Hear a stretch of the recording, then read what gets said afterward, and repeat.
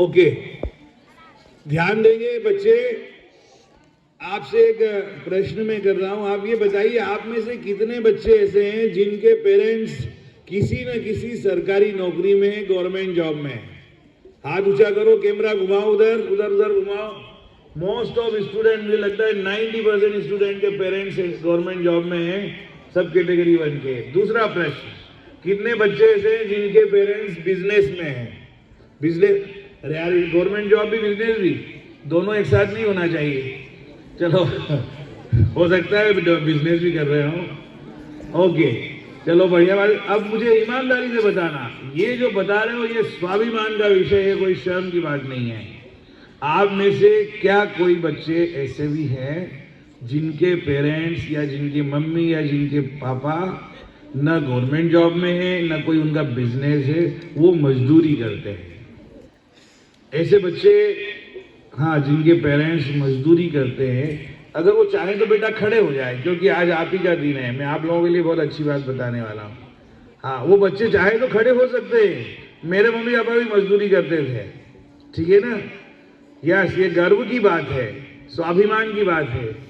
और कोई ऐसा है जिनके माता पिता या तो मजदूरी करते हो या किसी संस्था में सबसे जो छोटी पोस्ट होती है उसका जॉब करते हो, चतुर्थ श्रेणी कर्मचारी हो?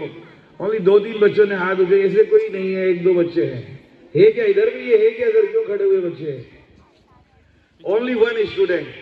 और बेटा तुम ध्यान से सुनना आज, ठीक है ना? और उसके बाद जाने से पहले हमसे मिलना, ओके? ये बहुत ही, एक और बच्चा खड़ा हुआ है, वेरी नाइस। इन दोनों बच्चों के लिए जोरदार तालियां बजाइए इनकी ईमानदारी के लिए, है ना? आपके लिए बता रहा हूं, आप बैठ जाओ दोनों बच्चे। मैं एक सच्ची घटना बताने जा रहा हूं, ठीक है? और ये जो है 4 नवंबर 2016, 4 नवंबर 2016 के न्यूज़पेपर में छपी थी, क्योंकि एक पेरेंट का, एक माता जी का फेयरवेल हुआ था रेलवे में, और उस फेयरवेल की घटना छपी थी। ये उन सब बच्चों के मोटिवेशन है जिनके पेरेंट्स बहुत इस अवस्था में नहीं है। देखिए, सुमित्रा देवी नाम की रेलवे कर्मचारी, सुमित्रा देवी नाम की बिहार की रेलवे कर्मचारी रेलवे में झाड़ू लगाने का काम करती थी। लेकिन उन्होंने अपने मन में सोचा, अपने बच्चों को कहा कि बेटा, भगवान गरीब पैदा करता है, लेकिन गरीब मरना या अमीर बनकर के इस दुनिया को कुछ सीख देना, ये हमारे ऊपर डिपेंड करता है, हमारे ऊपर निर्भर करता है। आप अच्छी तरह पढ़ो, दुनिया में अच्छी पढ़ाई के, अच्छी शिक्षा के अलावा दूसरा ऐसा कोई चीज है ही नहीं जो इंसान को गरीब से अमीर बना दे, मूर्ख से बुद्धिमान बना दे, और जिसके पास कोई भी जमीन झोपड़ी वाले को महल वाला बना दे। ऐसी केवल एक वस्तु है इस दुनिया में, वो है एजुकेशन, वो है शिक्षा। जो बच्चा ईमानदारी से पढ़ता है, वो झोपड़ी में भी रहता हो तो वो बहुत बड़े महल बना सकता है अपने लिए। जो पैदल चलता हो, साइकिल भी ना हो, वो सबसे महंगी कार खरीद सकता है अपने लिए। और जो बच्चा किसी गरीब परिवार में पैदा हुआ हो, वो सबसे अमीर बन सकता है। चाहे झाड़ू लगाने वाली गाय का बेटा हो, वो चाहे तो IAS, IPS, डॉक्टर, इंजीनियर, कुछ भी बन सकता है। ये सब करने की ताकत, ये हथियार हर इंसान को भगवान ने दिया है। अगर ईश्वर ने, भगवान ने हमें वो ताकत दी है, उसकी आजादी दी है शिक्षा प्राप्त करने की, तो हम उसका उपयोग क्यों नहीं करते? और ये जो शिक्षा है, इसी की वजह से हर व्यक्ति जाना जाता है कि वो कहां था और कहां पहुंच गया।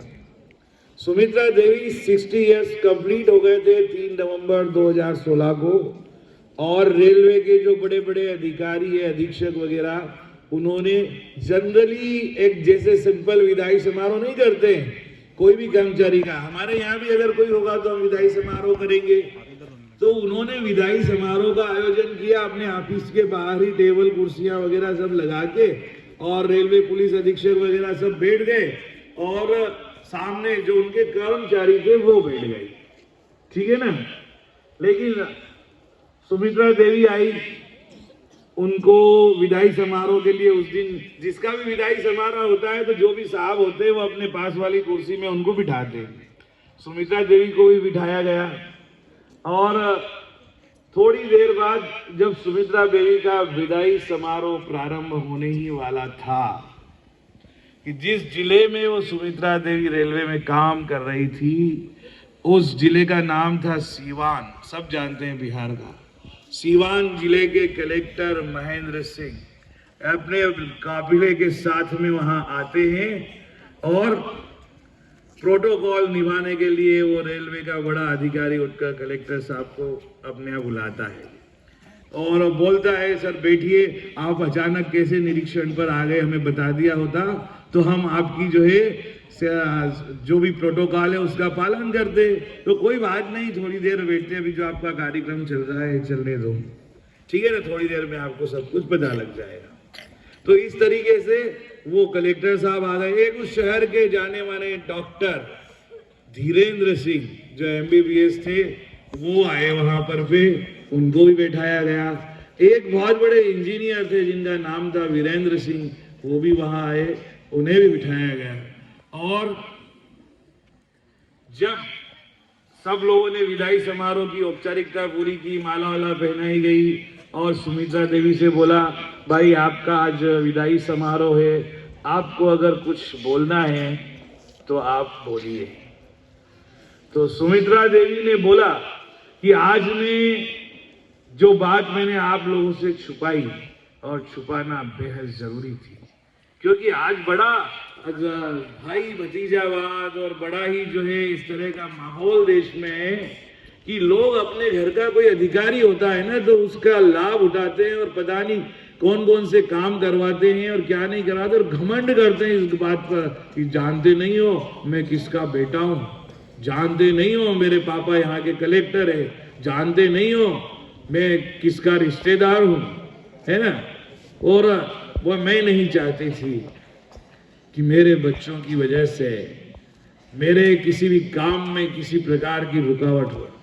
मैंने अपने काम को पूजा समझ करके किया है, झाड़ू लगाने का काम करके मैं साहब क्या सेवाएं तो करती रही, लेकिन मैंने संकल्प लिया था कि मेरा कोई बेटा जरूर एक दिन साहब बने। और आज मेरे तीनों बच्चे मेरे इस विदाई समारोह में आए हैं। मैंने बिना, चूंकि मुझे बोला गया था अपने परिवार के सदस्यों को भी लाना है, इसलिए मैंने बुलाया और कौन क्या है ये बताने की जरूरत मुझे महसूस नहीं हुई, क्योंकि आज ये जो आप देख रहे हो महेंद्र सिंह जो सीवान जिले का कलेक्टर है, ये मेरा सबसे बड़ा बेटा है। आप देख रहे हो जो ये वीरेंद्र सिंह जाना माना इंजीनियर है, ये मेरा दूसरा बेटा है। आप देख रहे हो ये जो धीरेन्द्र बहुत अच्छा डॉक्टर है, ये मेरा तीसरा बेटा है। और मैं इनकी मां बाद में हूं, वो झाड़ू लगाने वाली नौकरी इनकी मां पहले है। अगर ये नौकरी नहीं होती तो मेरे तीनों बच्चे इतनी बड़ी पोस्ट पर नहीं होते। और मैंने अपने पेशे का, अपने काम का पूरी निष्ठा के साथ पालन किया, कभी ये भनक नहीं लगने दी कि मेरे बच्चे कहां पहुंच गए और क्या कर रहे हैं। खबरें तो छपती थी लेकिन नजरअंदाज कर दिया जाता था। बहुत बोला रेलवे ने कि आप बोल देती पहले, आप हमने इतना बड़ा अपमान हो गया हमारे हाथ से। कलेक्टर बोले नहीं, ये मेरे परिवार के सदस्य की तरह यहाँ आए, ये कलेक्टर बन करके नहीं आए हैं। मैंने अपने बच्चों को ऐसे संस्कार नहीं दिए हैं और मैंने इनको सिखाया है कि कभी भी किसी से ये मत कहना कि जो है हमारी माँ को ये काम करना पड़ा। उसी काम की वजह से आपकी पढ़ाई पूरी हुई है और आप इस जगह तक पहुंचे हो। तो बेटा, आप चाहे किसी भी परिवार में जन्म लिया है, आप चाहे किसी भी परिस्थिति में पैदा हुए हैं, लेकिन आप जो चाहे वो बन सकते हैं। और उस बनने के लिए ये आपकी 4-5 किताब 11-12 की, इसको 10 बार पढ़ सकते हैं। अभी 3 महीने इसमें 3 बार पढ़ सकते हैं। अगर सोच लो मन में कि मुझे काम करना है तो दुनिया की कोई ताकत आपको रोक नहीं सकती। एक भी बच्चा अगर 10th और 12th में किसी क्लास में फेल हुआ, अभी इस परीक्षा जो हो रही है इसका रिजल्ट मैं पर्सनली देखूंगा, मैं एक एक बच्चे के घर जाने वाला हूं, चाहे वो कहीं भी हो, ठीक है ना। और ये काम आज से शुरू हो जाएगा, कल सेकंड सैटरडे में किसी बच्चे घर आ सकता हूं, ये ध्यान रखना। तो बेटा इस बात का हमेशा ध्यान रखिए कि जीवन में जो सपने देखते हैं वो पूरे भी कर सकते हैं, लेकिन सपने देखने के साथ साथ जितनी ऊंचाई पर आपको जाना है उतना ही कठोर परिश्रम करना होगा, उतना ही पसीना बहाना होगा, मन लगाकर पढ़ना होगा।